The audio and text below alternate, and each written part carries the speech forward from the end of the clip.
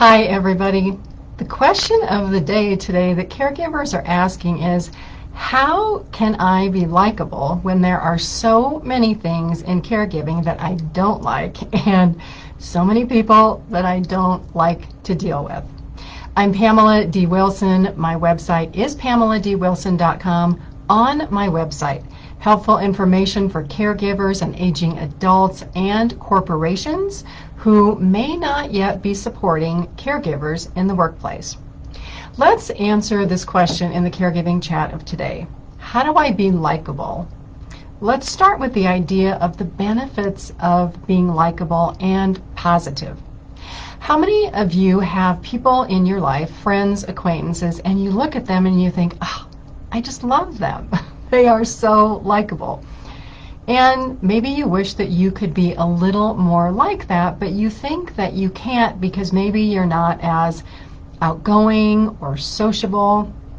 Believe it or not, those are skills that we can actually learn in small steps, and I'll talk about that in a minute. People who are likable tend to have more positive self-esteem. They feel better about themselves, and as a result, they go out and talk to people. It appears that life is easy for them.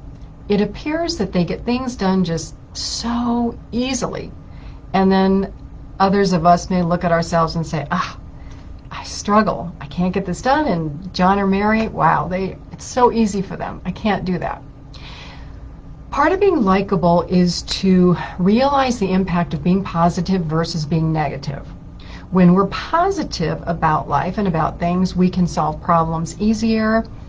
Solutions come to our mind quicker versus when we are negative and we may feel sorry for ourselves.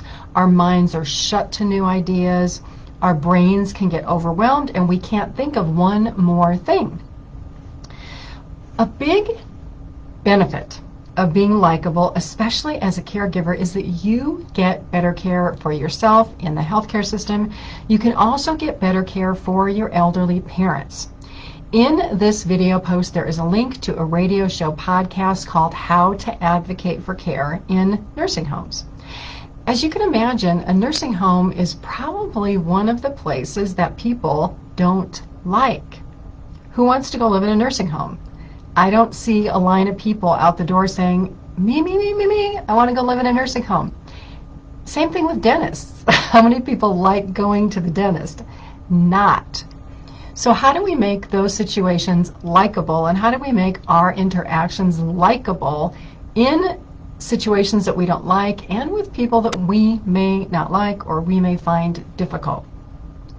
Part of it is becoming likable ourselves.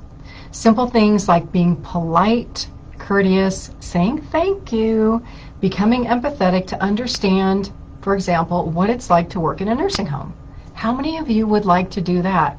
God bless the caregivers, the CNAs, the nurses, the doctors, the care staff who work in nursing homes. It is not an easy job. Over the past 20 years in my caregiving career, I have had a lot of clients who lived in nursing homes. I befriended the care staff because I knew how difficult it was. That alone, taking an interest in somebody else, and you can do this in other parts of your life to be likable.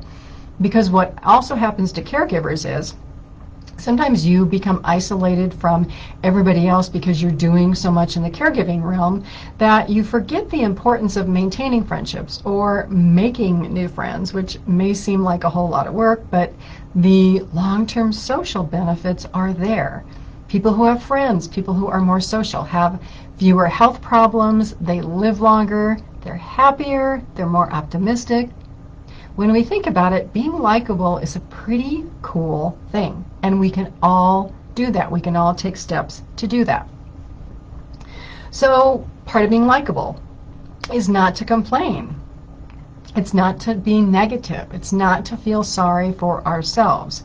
We have to find ways to transcend that through our daily routines, exercise, meditation, prayer, reading inspirational books, hobbies, doing things that we like that make us happy. Being happy equals being likable. So for friendships, let's talk about friendships outside of the caregiving situation. What are your interests? What things are you interested in? And you may say, I don't have time for anything except caregiving. That's the only thing I'm interested in. It's the only thing I can focus on. That's an interest.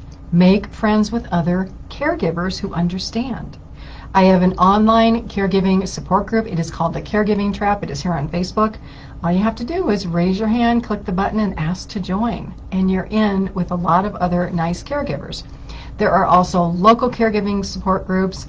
If you have other interests like dogs, sewing, gardening, photography, cars, woodworking, there are so many interests out there. Look at your interests and find people with similar interests. Then also, how can you help others? What skills do you have that you could help somebody else? Think about volunteering. When you meet someone and they say, oh, you know, we should get together. Why don't you call me?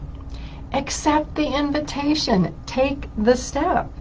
You have a friend waiting there to bring joy and common interest into your life. And if you don't take that step to pick up that phone call or send an email to say, hey, I would really like to get together. Let's do that. Nurture friendships. Nurture those opportunities. Do not give them up. Sometimes they don't come very often. The other thing is, if you say you're going to do something, keep your word, be positive, be active. There are so many ways to be likable, and being likable as a caregiver makes life easier. It helps you get better care from the healthcare system, better care from everybody that partners to care for your aging parents, including your family. And let's be honest, we don't always like everybody in our family. We probably have a favorite brother or sister, aunt, uncle, grandparent. Maybe we like one of our parents more than the other one. It's part of life. I'm Pamela D. Wilson. My website is PamelaDWilson.com. Share it with other caregivers and other people that you know who are helping elderly parents and loved ones. Also, click on the link in this video post. Check on how to advocate for elderly parents in nursing homes. Those skills in nursing homes translate to other parts of your life. How to advocate with doctor's offices and the healthcare system and just about everybody. Have a fabulous day today. I will see you again in another video.